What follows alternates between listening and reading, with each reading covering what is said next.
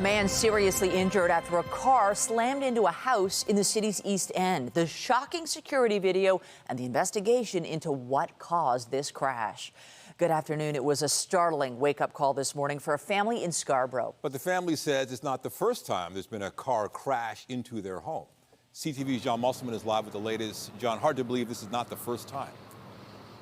Yeah, that's right, Nathan. We did hear from the family. They say their front porch was hit by a pickup truck a few years ago. Now, I'll just give you a sense of what we're dealing with here. The car that slammed into the house hit the homeowner's car that was parked in the driveway, pushing it right into the backyard. Thankfully, no one here has been injured in the home.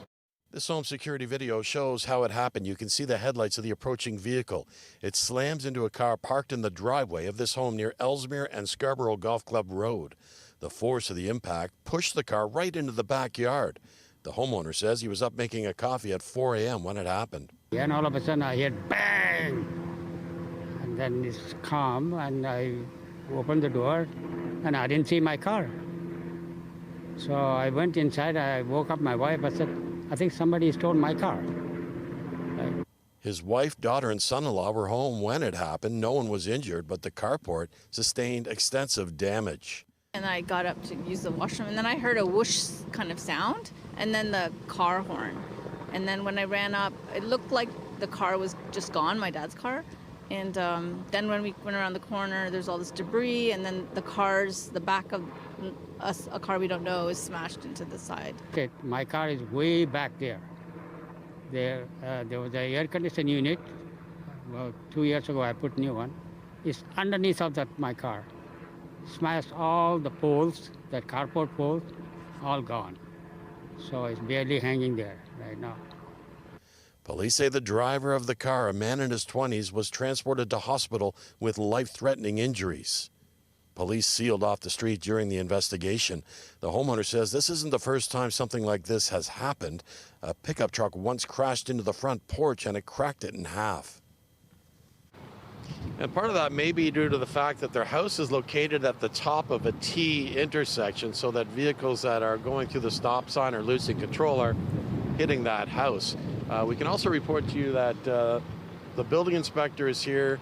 They've removed the homeowner and his family because they want to start pulling the car out of that carport and the other car. And they're concerned about anything collapsing, so as a precaution, they've asked those people to leave the home while that work goes on. Reporting live at the scene, I'm John Musselman. I'll send it back to you. Thanks, John. Toronto police have charged a young mother with murder after her baby died in a West End house fire last week. Emergency crews were called to the home on Trethewey Drive near Eglinton around 1 a.m. last Friday. They pulled a 19-year-old woman and her 4-month-old daughter out of the home. The infant was rushed to hospital without vital signs and pronounced dead. Now 19-year-old Catherine Kita Badugal is charged with second-degree murder and arson as the fire investigation continues. And a man is in hospital after a stabbing in North York. Police and paramedics responded to a plaza at Keele and Wilson just after 5 last night and found a man with serious injuries. The passenger side window of a vehicle in the parking lot of the plaza was smashed. Police say the suspect fled but haven't released any descriptions.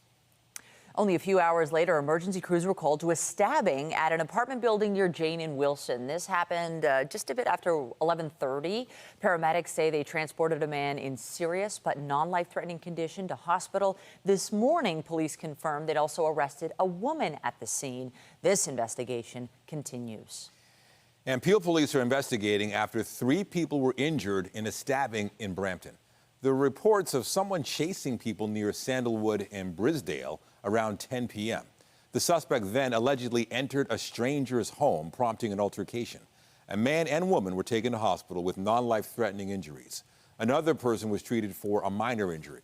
Police say they've arrested a 34-year-old Mississauga man on charges including aggravated assault and break and enter.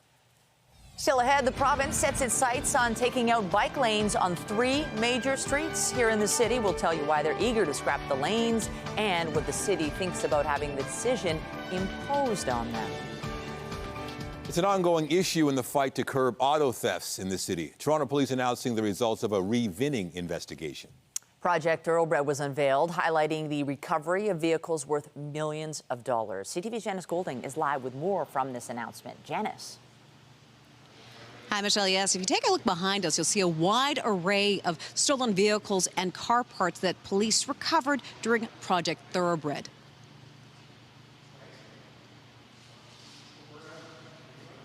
This car was stolen. It was ready to go offshore.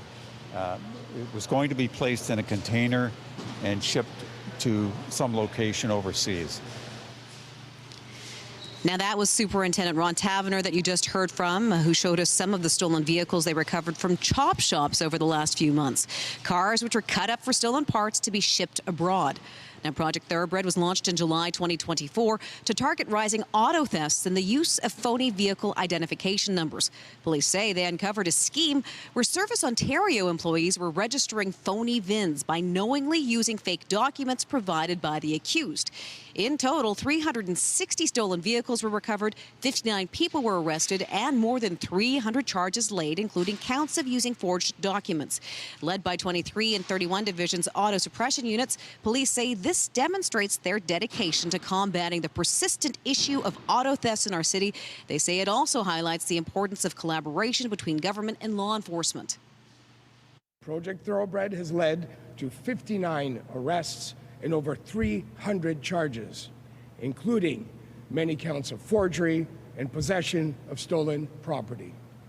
Using this information, police have seized 40 of these stolen vehicles with phony VINs.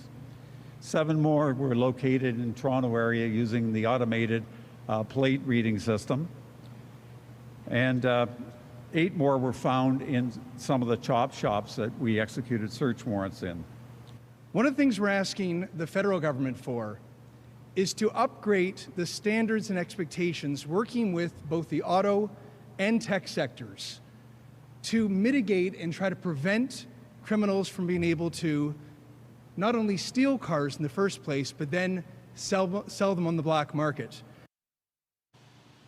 Now, police estimate the value of the vehicles they recovered is more than $14 million. They say the investigation is continuing and more charges are expected to be laid. Reporting live, I'm Janice Golding. Now back to Michelle. Thank you, Janice.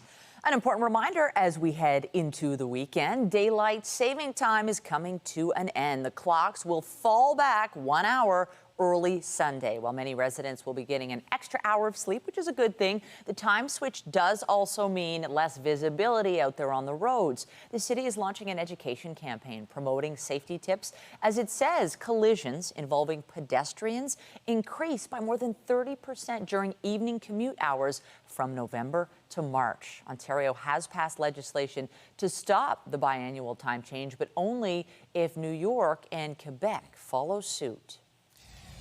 We have more news in a moment, but first, here's a live look at the city this afternoon. A mixture of sun and cloud today. Expect some sunny breaks with a very slight chance of rain in some areas. The warm-up has ended. Will be seasonal today and over the weekend. Comfortable fall weather. A light jacket is recommended. Let's take a look at the satellite radar, and you can see that green there. There's that slight chance of rain in some areas, but just about 30%. It's also windy today, gusts in different directions, so that means that light jacket is what I was talking about earlier, recommended today. Right now we're sitting at 9 in Hamilton, 12 in Niagara Falls, and seasonal. At the islands, we're at 11 degrees, at Pearson Airport 10, and this afternoon we're going to stay at 10 degrees, so steady fall weather. We'll give you a look at the long-range forecast later on in the show. A battle is brewing over bike lanes. The Ford government announcing plans to rip up sections of bike lanes on Bloor, University, and Yonge. The province has released a plan to remove portions of bike lanes on 3 major Toronto streets. CTV's Beth McDonnell has the story. Returning bike lanes to traffic lanes in Toronto is stepping into high gear. The Ford government has a plan to remove sections of bike lanes on Bloor Street, University Avenue, and Yonge Street. It's a shame because it's not like adding another lane is going to get traffic moving, and I think that the government should focus more on projects that they've already undertaken. It's definitely nice to have bike lanes because there's a lot of people who commute with using the bike lanes as well. I can see why they're doing it, but yeah, at the same time, it would be nice to keep them around. Already, the government introduced a bill requiring municipalities to ask permission from the province to install bike lanes that would remove a lane of traffic. Now, a new amendment to that rule would require the province take out some lanes on Bloor, University, and Yonge and make them lanes for vehicles once again. Premier Ford writing on X, bike lanes belong on secondary streets, not clogging traffic on main roads. It's time to get you moving again. With the transportation minister posting, the 1.2% of people who commute by bike shouldn't be clogging primary roads for over 70% of people who drive. It's just common sense. In a statement to CTV News, the minister explained further, saying Toronto is losing $11 billion to congestion every year, and the removal of traffic lanes on Bloor, University and Yonge has made gridlock worse. Out enjoying Halloween, Toronto Mayor Olivia Chow believes removing bike lanes will make the roads less safe for cyclists and drivers and make congestion worse. I prefer to work collaboratively based on science and data. So it's really important for the provincial government to actually look at the numbers. Do we have more cyclists or how long is the car getting congested? Some call the move to remove lanes a distraction. If we want to talk congestion, gridlock, anybody who drives in the city of Toronto knows that's caused by construction. Others call the bike lanes in the first place a disaster. Taking bike lanes off of our arterial roads and moving them onto side streets only makes sense. It's good for cyclists. It's good for getting congestion resolved.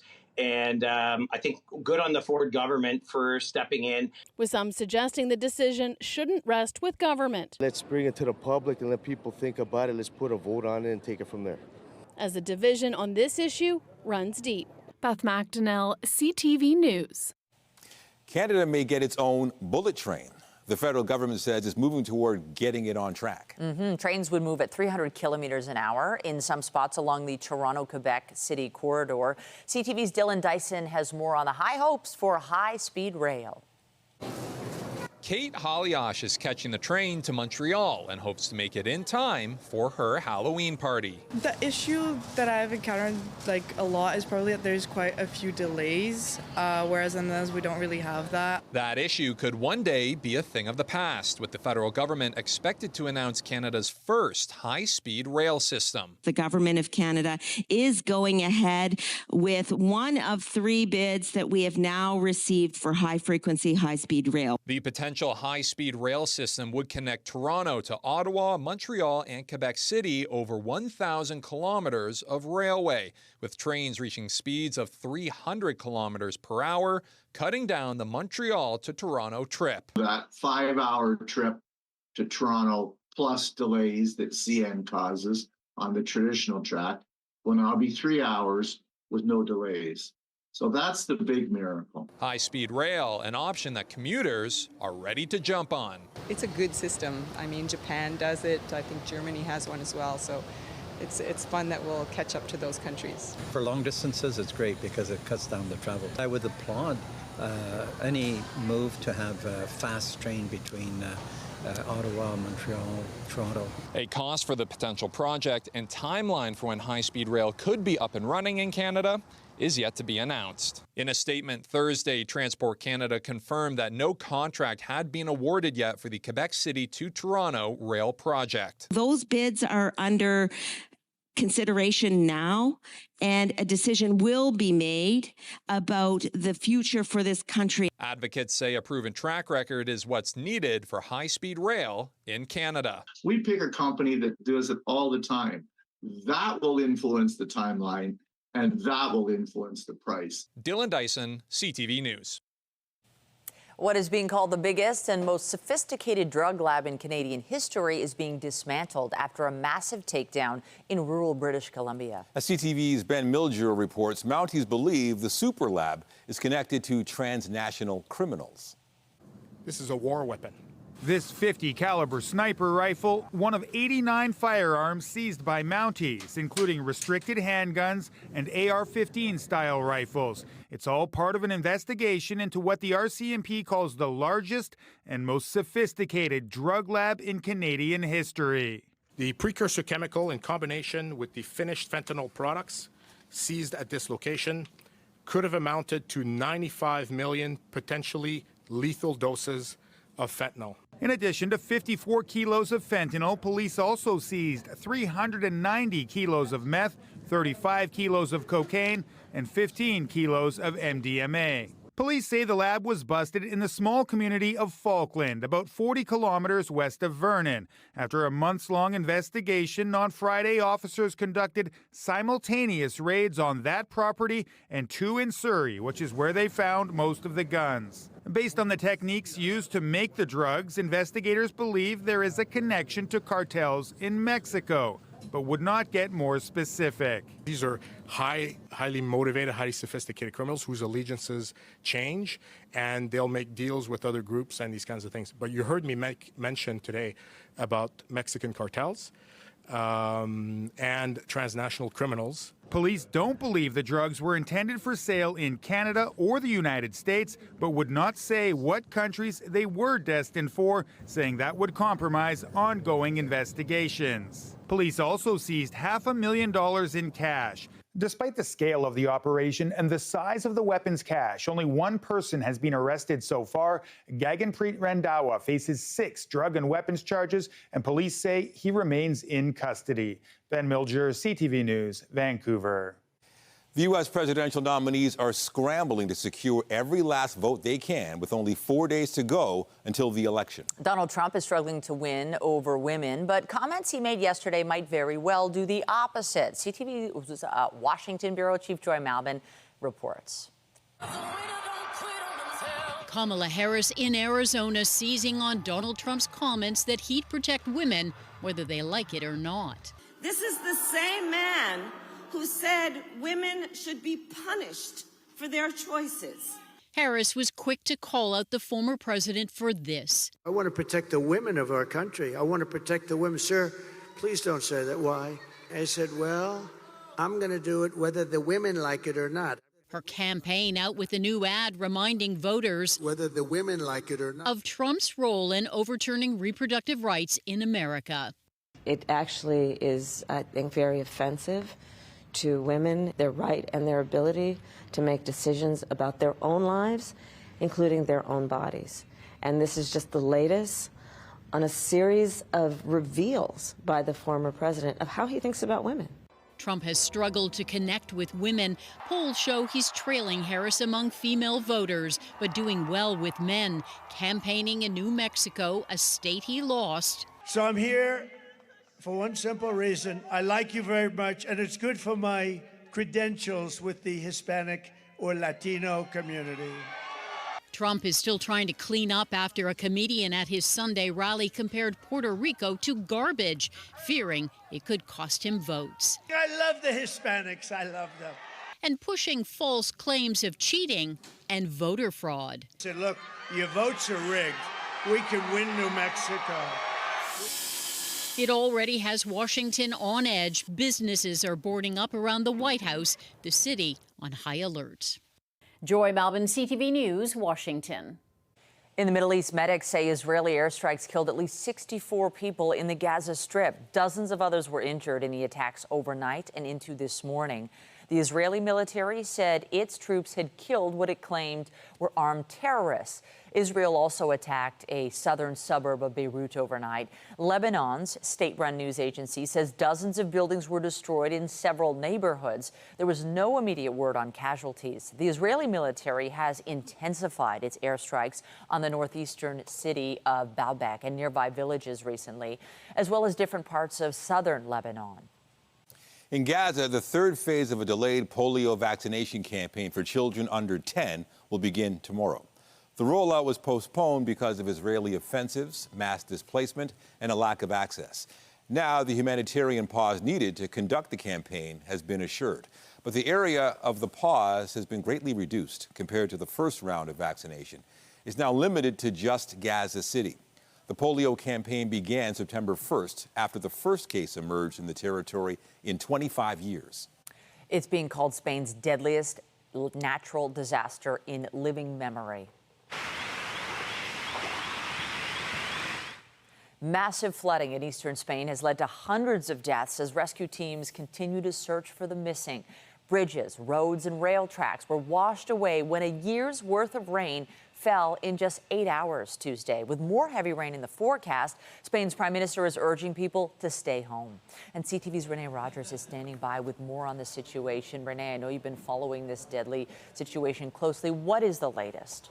Hi, Michelle. Well, authorities are confirming today that the death toll from that devastating flooding has risen to 205 as crews embark on a third day of looking for dozens of missing people. We also learned at a news conference from Spain's Interior Minister that Spain's Civil Guard has managed to rescue 4,500 people who have been trapped by that flooding. You mentioned a year's worth of rain fell in 8 hours, destroying buildings, bridges, other infrastructure, homes as well. Now, I want to show you a man who lost his home in the Valencian community of Xiva. Let's go to him now. His name is Juan Vincent Perez. He speaks in Spanish, but I'm going to translate it for you. He says that he's 62 years old. He says, quote, "I've been there all my life. All of my memories are there. My parents lived there. They all lived there. And now in one night, it's all gone." He says his family went to their neighbor's house, who they have to thank, saying, quote, "If we had left it 5 more minutes, we would not be here in this world." And most of the deaths occurring right there in Valencia, in east central Spain, the area hardest hit. Spain's army has been sent in. Today, we also learned an additional 500 soldiers will be deployed Saturday to help look for the missing, which comes with its own challenges because roads have been completely blocked off in some cases by piles of cars and debris after they were swept away. And there's anger today from local residents. They say firefighters were out rescuing people at 10:30 in the morning. Their cell phones did not sound with an official alert to stay home until 8 p.m. that night. Too late for so many people. And as you mentioned, that system that brought all that rain weakening now, but more rain is expected in the forecast, bringing risk of new flooding. Oh, that's horrible to hear. Oh, and these images of the cars all piled up, that really is something to see, and you can't help but feel for that man and his family for what they're going through. Give us a sense. The devastation looks horrible, and that's going to be a huge undertaking to clean it up. But give us a sense of just how bad it is. Right. The human cost, obviously, devastating, but now communities having to count the cost of cleaning up all of this damaged infrastructure, roads just covered in mud, people's homes inundated with water and mud as well. Now, also, rail services between Valencia and Madrid have been suspended for up to 3 weeks after tracks were either damaged or destroyed. Some tracks full of vehicles just piled on top of one another. Overall, Michelle, the rebuilding could take untold weeks or months. One Spanish news outlet is actually reporting that insurance analysts in Spain expect for this to be Spain's most expensive natural disaster to ever hit the country. Oh, one could imagine. CTV's Renee Rogers following the flooding in Spain for us today. Thank you. You're welcome. Turning now to transit disruptions here in the city. The TTC is once again shutting down a portion of Line 2 this weekend. There'll be no subway service on Saturday and Sunday between Victoria Park and Kennedy stations. Shuttle buses will run instead. The closures have been in effect almost every other weekend because of ongoing track work. The city of Brampton is hosting a free Diwali celebration today. The second annual Diwali Mela at the Sesquicentennial Park begins at 4 p.m. There is a fireworks ban in Brampton, but the city says there will be a large sanctioned fireworks show at 7:30. The family-friendly event features entertainment, food. Of course, parking is limited, but Brampton Transit is offering free shuttle buses from Mount Pleasant GO Station, Sheridan College, Gore Meadows Community Center, and Save Max Sports Center. The world's largest indoor agricultural and equestrian showcase will kick off in Toronto today. The Royal Agricultural Winter Fair is returning to Exhibition Place. The event is now in its 102nd year. Organizers say the best in Canadian food, livestock, and horsemanship will be on display. The grand opening and official ribbon-cutting ceremony are set for 3 this afternoon. The Royal Winter Fair attracts 300,000 visitors each year and runs through November 10th. The city will mark the unofficial start of the holiday season today in the Distillery District.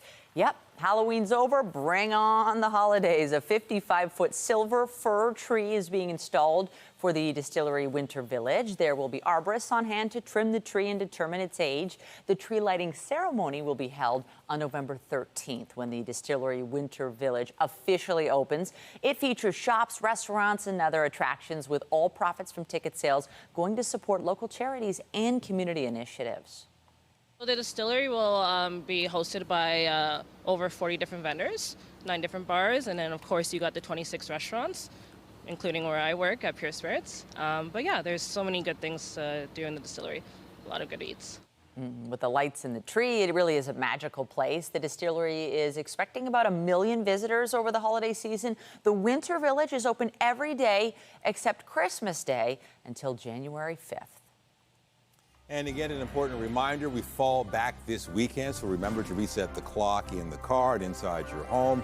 You lose an hour of daylight, but gain an hour of sleep. And another note, according to Environment Canada, we matched a temperature record in Toronto of 22.8 degrees set in 1919, making it one of the warmest Halloweens on record. But we are back to seasonal today. A look at the long-range forecast after the break. More now on the troubling trend of car thefts and re-vinning across our province. Transport Minister Pragmeet Sarkaria announcing potential new legislation to crack down on thieves. CTV's Queen's Park Bureau Chief Siobhan Morris is live with more on the announcement today. Siobhan. Well, Nathan, this is something you've heard a lot about recently, with the federal government calling on the provinces to take action on revinning. It's the process where a vehicle is stolen, the thieves scrub the vehicle identification number off of it, replace it with a new one, and then resell that vehicle to a sometimes unsuspecting buyer, not knowing that that number is fake or made up after a theft. We heard from the Transportation Minister this morning saying as criminals change tactics, governments have to respond, and that's what he's prepared to do now. That is why I'm proud to say our government is tabling new legislation that would, if passed, create a new provincial offense for knowingly providing a false vehicle identification number when registering or transferring a car. This would introduce penalties of up to $100,000 for convictions and 6 months in jail, as well as a suspension of a driver's license and vehicle permit for up to a year.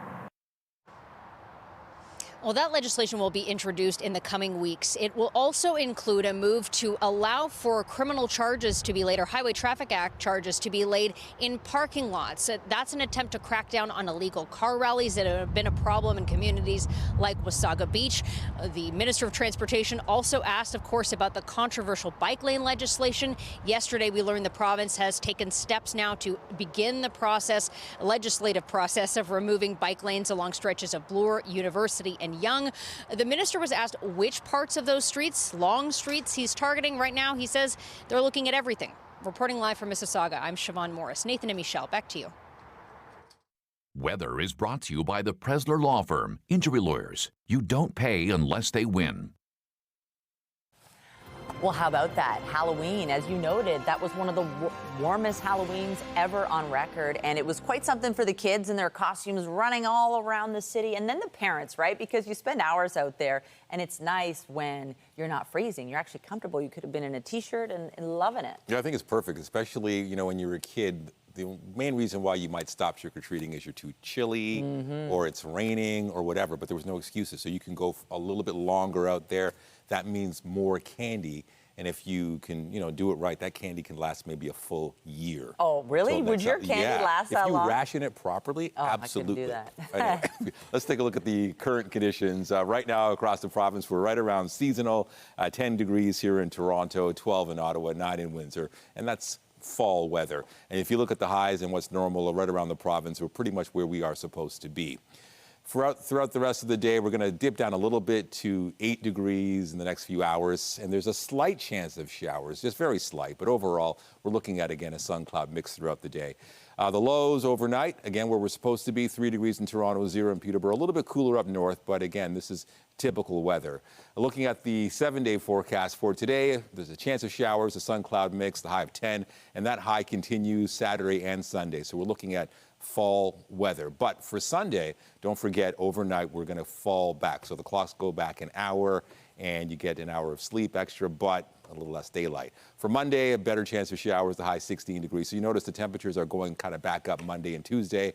And then for Wednesday and Thursday, back to seasonal. That chance of showers ends on Wednesday. Thursday, something to look forward to, some sunshine. We'll give you a recap on the forecast later on in the show. Into November we go. NASA's Mars rover has captured a fascinating glimpse of one of the planet's 2 moons. This is the silhouette of the moon Phobos as it passed in front of the sun. The Perseverance rover has recorded several transits of the potato-shaped moon since it landed on the red planet in February of 2021. Scientists can enhance their understanding of the moon's orbit by comparing them. The orbit is expected to one day send Phobos towards the surface of Mars. We'll take a quick break. The Silver Cross Mother when we return.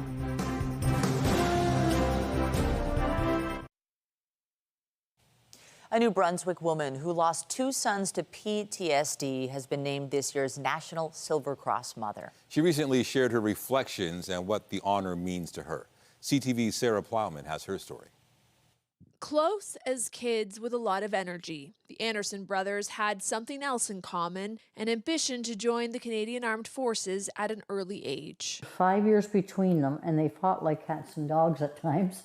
But as they grew, they became more and more closer. Sergeant Ron Anderson's career took him to Petawawa, Croatia, Kosovo, Bosnia, and 2 tours in Afghanistan, where he saved the life of an injured Afghan boy under deadly circumstances. I didn't know a thing about it at all until later on when he was passed. He would give the shirt off his back to anybody. He's just that type. Sergeant Ryan Anderson served in Gagetown, Yellowknife, as well as Bosnia, Ethiopia, Haiti, and Afghanistan. Maureen says both her sons returned from Afghanistan changed, diagnosed with post-traumatic stress disorder. Not as energetic or funny as they used to be, Ron was distant.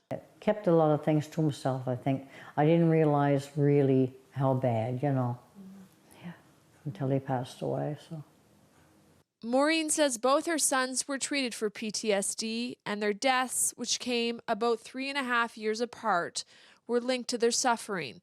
The loss of Ron deeply affected his younger brother. And I made numerous trips over there in the middle of the night, take him a Tim Hortons coffee, we'd sit.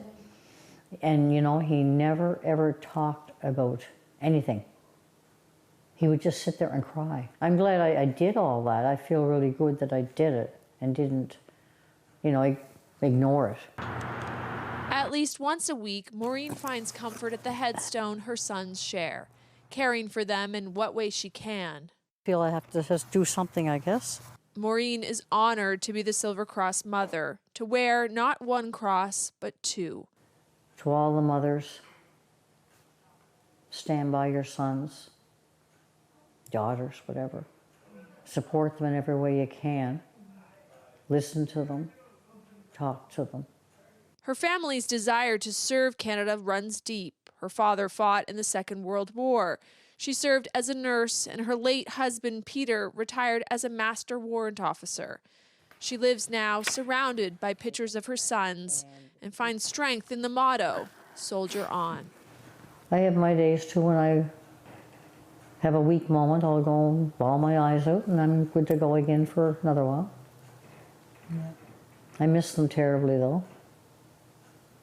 Carrying memories with her in her heart. Sarah Plowman, CTV News, Oromocto, New Brunswick. As the number of Mpox infections surges overseas, it's also continuing to rise in this province. Public Health Ontario says there have been 234 confirmed cases to date this year. That's compared to just 33 confirmed cases in all of 2023.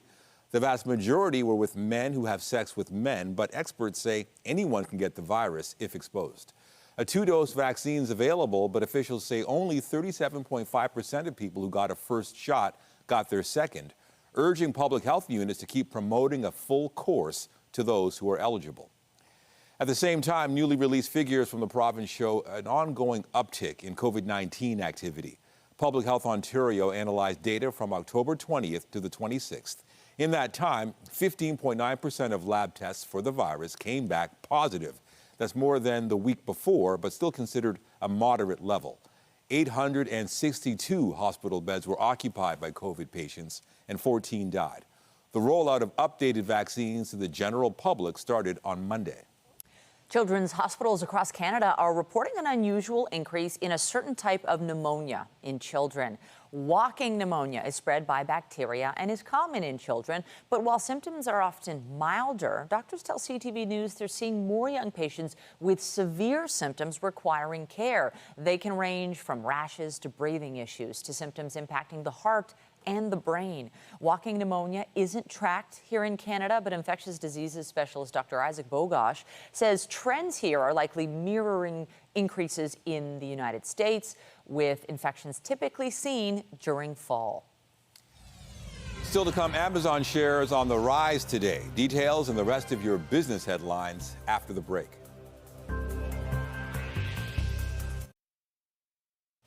Amazon shares jumped this morning, trading near record highs after the company posted a strong quarter. Andrew Bell of B&M Bloomberg brings us the latest in business. Hello there. Here are your business headlines. Amazon shares rose 6% this morning on signs that Amazon Web Services, which sells computing power to other companies, is expanding rapidly again. The division supplied almost 2/3 of the company's profit in the latest quarter. Air Canada shares were also up, jumping 10% after the airline boosted its profit forecast for the year. Underlying earnings are now projected at $3.5 billion, and costs are seen rising just 2%. And finally, Ford plans to shut down the Michigan factory that produces its F-150 Lightning electric pickup truck, its signature electric vehicle, through the end of the year. That comes amid weaker than expected sales for EVs. Lightning sales are far short of Ford's ambitious expectations. That's the latest in business. I'm Andrew Bell of B&M Bloomberg. Starting today, all of Canada's major banks will have to answer to the Ombudsman for banking services and investments if there's a problem they can't resolve. Until now, several banks use their own Ombudsman services to deal with complaints, which has been criticized as self-serving and unfair. CTV's Pat Foran has this consumer alert. Some of Canada's largest banks have been able to hire their own third-party ombudsman to deal with complaints, something that's been referred to as similar to a hockey team hiring and paying the referee. But starting November 1st, the Ombudsman for Banking Services and Investments will oversee complaints involving the Royal Bank of Canada, Toronto Dominion Bank, National Bank of Canada, Bank of Nova Scotia, and Tangerine Bank. So many Canadian consumers are falling victim to fraud. The changes come at a time as fraud cases are rampant at Canadian banks, with criminals targeting customers with various scams. Every bit of money that I had is totally gone. I'm not giving up because it's too much money for me to give up. Ombudsman and CEO Sarah Bradley says consumers will still have to try and resolve issues with their bank, but if they're not satisfied with the outcome, they can have their case reviewed again by the Ombudsman's office. We're free of charge. We're independent of the banks.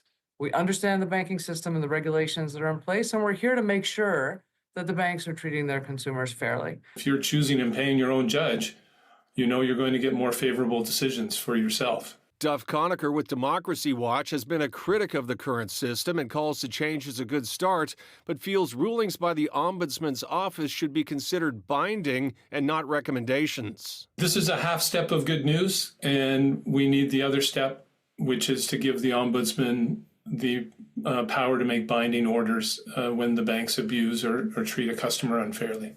Though non-binding, Bradley says its recommendations have been followed by the banks and encourages clients who feel wronged to reach out. If they have a problem with their bank or their investment firm, they're not on their own. There is a place that they can turn. We're independent, and we're here to help. Pat Foran, CTV News. In less than 2 weeks, Taylor Swift will bring her Eras tour to Toronto. It will mean a big boost to our local economy, but it also means a big headache for residents who face rerouting on the roads and anticipated commuter chaos. My name is Taylor, and welcome to the Eras Tour.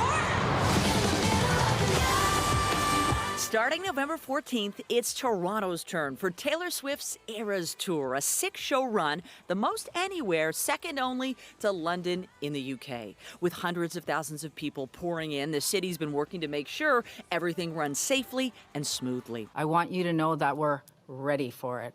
To manage crowds and congestion, officials have been coordinating with venues downtown and will be activating the Emergency Operations Center to coordinate city services and responses. There will not be a fan zone in the core, and with 50,000 people seeing the show per night, several road closures around Rogers Centre will be in place, including a yellow zone with limited activity and a red zone with access maintained for local businesses and residents. Those without tickets are being asked to stay away, and everyone is being encouraged to use a rideshare service, bike, or take public transit. Union Station will have robust crowd management plans in place. And we're also encouraging people to consider using other transit stations, for instance, St. Andrews Station, to reduce the crowding at Union Station. This past summer, a plot to attack Swift shows in Vienna is one example of why Toronto police are working to ensure safety, and they say expect a significant police presence. We understand that there may be some anxiety around events of this scale. That is why our intelligence teams are closely monitoring and are fully prepared to respond to any potential risk. And with so many fans about to converge, the city's been studying other places for tips on how to manage these mammoth events. And I'm thrilled to welcome Taylor Swift and the world to our city, and we look forward to having a spectacular time. Toronto Maple Leafs picked up a win last night before heading out on the road this weekend. He's going to throw that back in front and does. Chance for Nye, scores! Matthew Nye, 4.7 seconds left in the period, and the Leafs have grabbed a 1-0 lead. Matthew Nyes opened the scoring for Toronto. William Nylander scored 2, and they went on to beat the Seattle Kraken 4-1. The Leafs are in St. Louis tomorrow night before taking on the Minnesota Wild on Sunday. Meanwhile, the Raptors welcome LeBron James and the Los Angeles Lakers to Scotiabank Arena tonight. Grady gathers. Grady right to the bucket. He's got 30 for the first time in his career. Toronto looking to rebound after a 138-134 loss to Charlotte on Wednesday. The Raptors are 1-4 and currently on a 3-game losing streak. They host the Sacramento Kings tomorrow night when Vince Carter's number 15 jersey will be retired. Coming up, how a viral Halloween costume led to a meeting with a real-life sports hero. That story after the break.